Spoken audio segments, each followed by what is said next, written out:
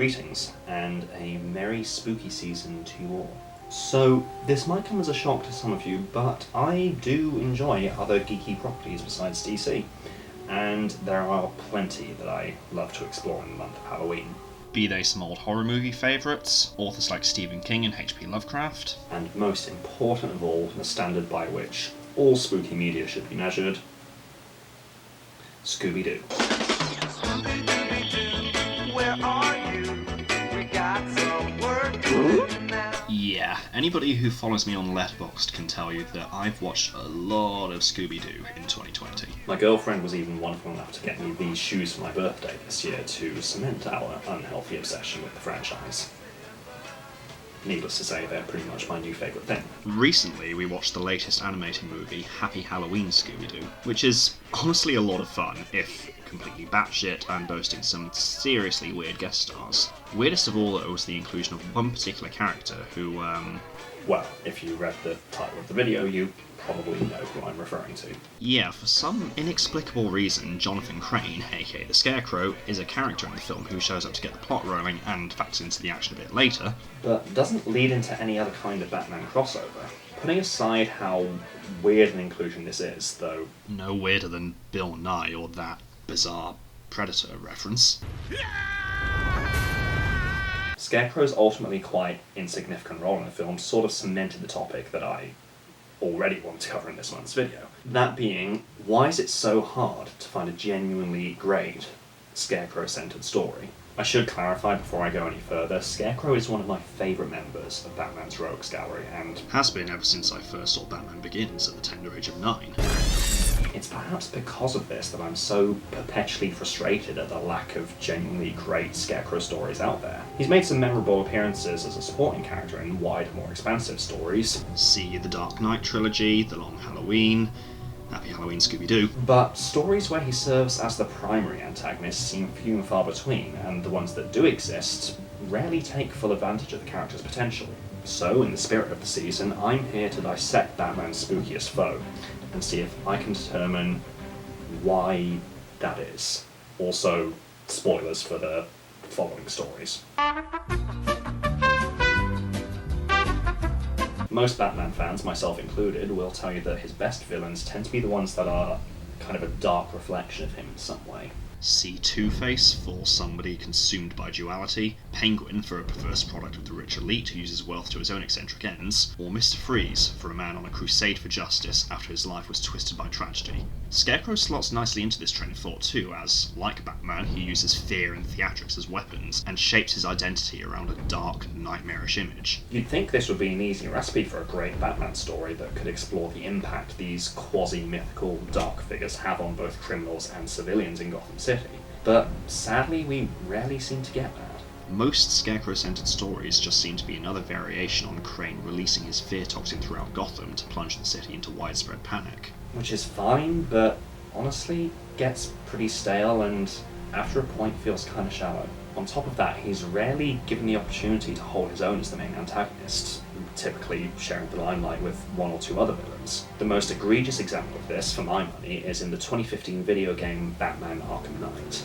The opening sets Scarecrow up as the main villain of the story, and man did that get me excited. He looks great, for one thing. The ragged mask, skull-like teeth, and noose dangling from his neck, all fittingly morbid and creepy, plus subtle details like his leg braces alluding to Crane's strength being more psychological than physical. Cracking stuff. Sadly, he's really one of three antagonists, as the story is spread between him, the titular Arkham Knight, and, once again, the Joker.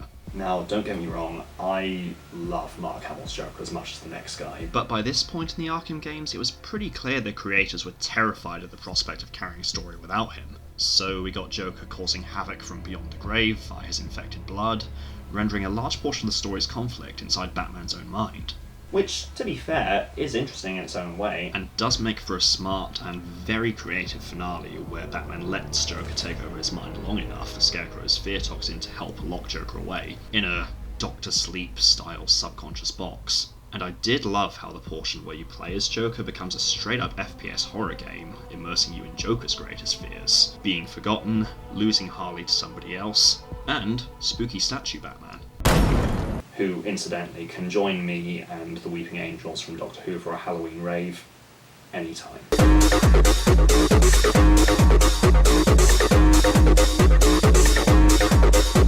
Still, the choice to spread the narrative over 3 villains, while understandable in terms of creating ample gameplay time, is indicative of a wider problem with Scarecrow, where the writers evidently don't trust him to hold his own as the central villain.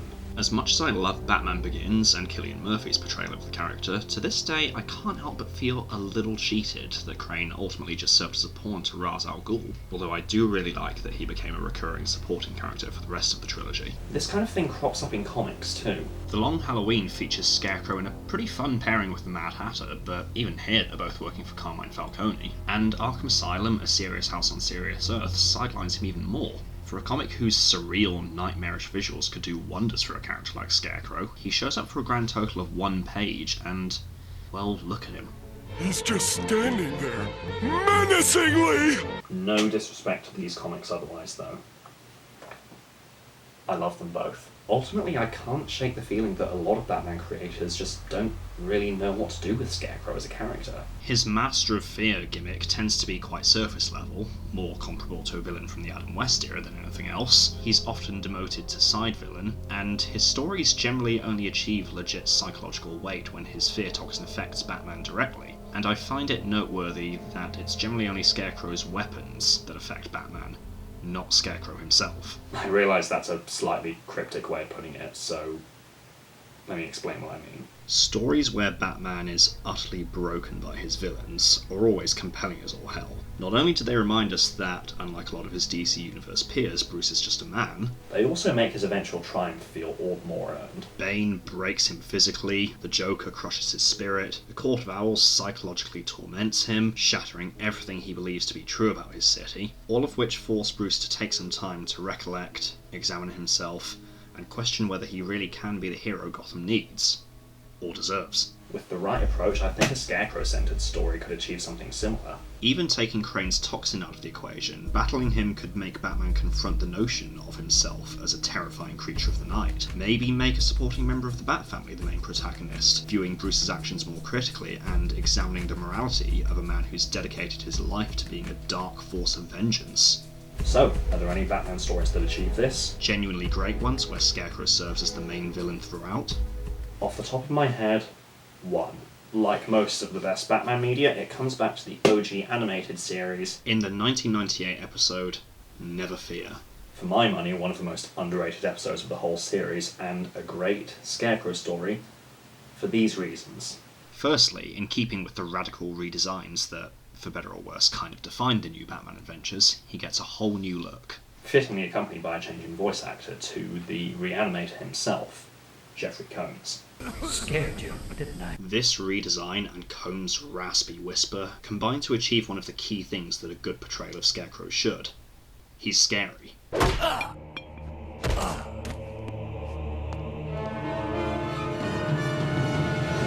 Secondly, his villainous plan is a clever subversion of his usual shtick. Where instead of dispensing his fear gas throughout the city, he's experimenting with a new toxin that removes fear. This is a simple but honestly brilliant change that in its own right is pretty horrifying. As Batman himself succinctly puts it. The man on the ledge last night. The one at my office. Imagine a whole city like that. Which brings me to the third reason this episode works so well, the effect Scarecrow has on Batman. Early on in Bruce's investigation, he gets exposed to Scarecrow's new toxin while sneaking around in this hilariously low-effort disguise. And this is the first thing he does.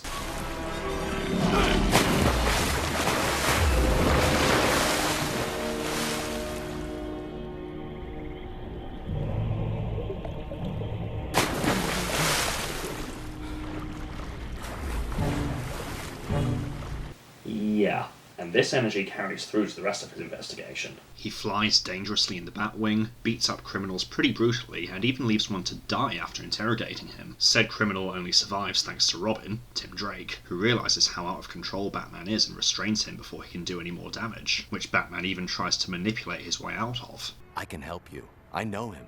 But Don't worry. You'll be the boss on this one.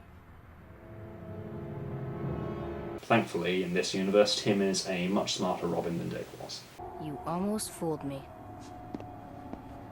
By the time we reach the climax, it's again Robin who saves the day by giving Batman the antidote before he can strangle Scarecrow to death. For much of this episode, Batman is more comparable to the Punisher than his usual self, and needless to say, the concept of a Batman with no fear or inhibitions is pretty terrifying.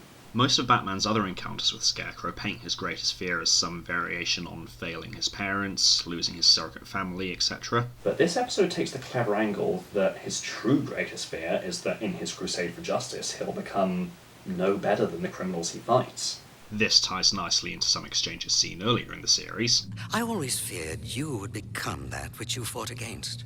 You walk the edge of that abyss every night. But you haven't fallen in, and I thank heaven for that. And also reinforces my original point about Batman's rogues gallery working best as dark reflections of him. Basically proposing the idea that, without fear, he wouldn't be that different from them. So, yeah, like his peers Mr. Freeze and Harley Quinn, Scarecrow is better realised in a 20-minute episode of television than pretty much any other medium. I should note, this isn't the only good Scarecrow story BTS gave us. Nothing to Fear is still a classic, albeit mainly for the fact that it gave us this line. I am vengeance. I am the night.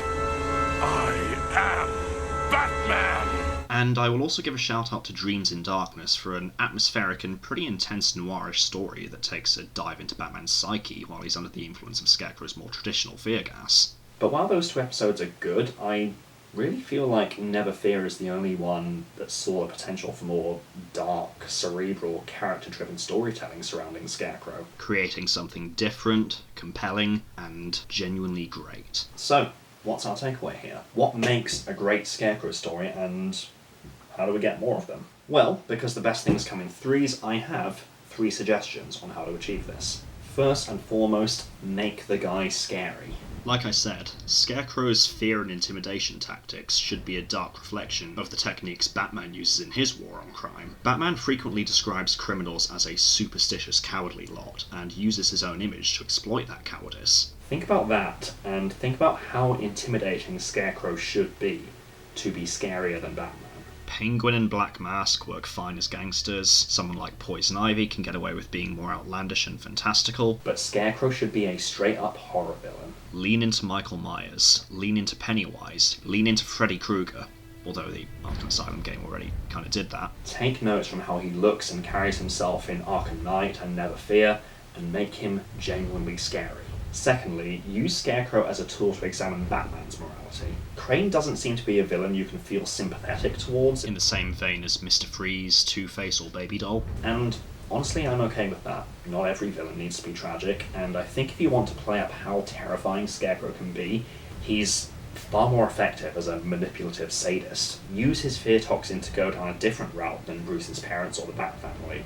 Use it to exploit Batman's fear that he'll become no better than his villains. You could even do a POV segment along the lines of the opening to Halloween, where Bruce hallucinates putting on his mask and becoming a vengeful, murderous monster. There are a lot of creative directions that could go, and personally, I'd love to see them. And finally, use the conflict between Batman and Scarecrow to take a wider look at the superstitions and fears set deep into Gotham City. Draw parallels between how Batman scares criminals and Scarecrow scares civilians. The point of Gotham is that it's a hellhole nobody wants to live in, so play into that. Make us feel the panic of Scarecrow's fear toxin. Turn Gotham into one giant haunted house that there's seemingly no escape from, and force Batman to confront the reality of his city, and if it's really worth saving. Look, I'm not the last word on this matter, and I must reiterate I have a lot of respect for DC's writers and the brilliant stories they've crafted over the years. But nonetheless, I do feel like there's a lot of wasted potential with Scarecrow as a character. Those would be my suggestions on how to fix him, and yeah, hopefully we'll get some quality Scarecrow stories in the future. So yeah, thanks again for tuning in, guys, and I hope you enjoyed my thoughts on one of my favourite members of Batman's Rogues Gallery. Do let me know in the comments below if there are any notable gaps in my research. I know my friend Felix recommended No Man's Land. I've still yet to read that. If there are any other comics I can add to my reading list, or any other animated shorts, or fan films or anything like that, let me know. Let's get some DC discussion going, and let's get some justice for my boy Scarecrow. As ever, you're welcome to follow me on my 3 main platforms, Instagram, Twitter and Letterboxd, and in the meantime, happy Halloween.